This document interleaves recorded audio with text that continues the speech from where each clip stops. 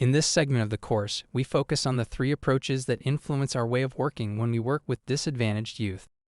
As we mentioned before, the participants of the From Us to You program were youth growing up in foster care or in segregation and extreme poverty. The first approach is non-formal education. Youth programs very often target a similar participant population, but cannot reach or engage such teenagers. Since they drop out of formal education quite early and quite often, a different educational setting is more attractive and can answer their needs better. In our experience, the basic principles and methods of non-formal education are much more flexible, learner-centered, and playful than what formal education can offer for these youth. The second approach is the trauma-informed approach.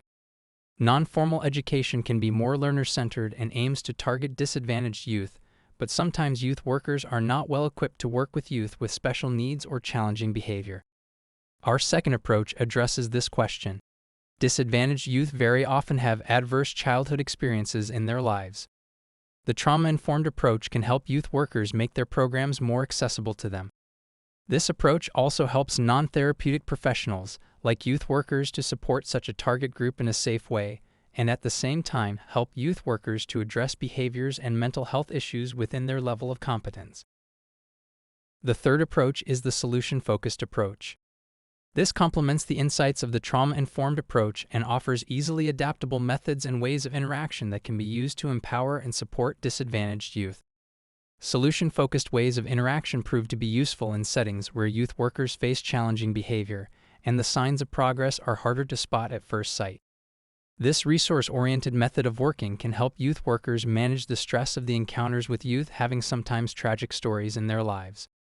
So this approach can help become more resilient for both the youth workers and the youth they work with.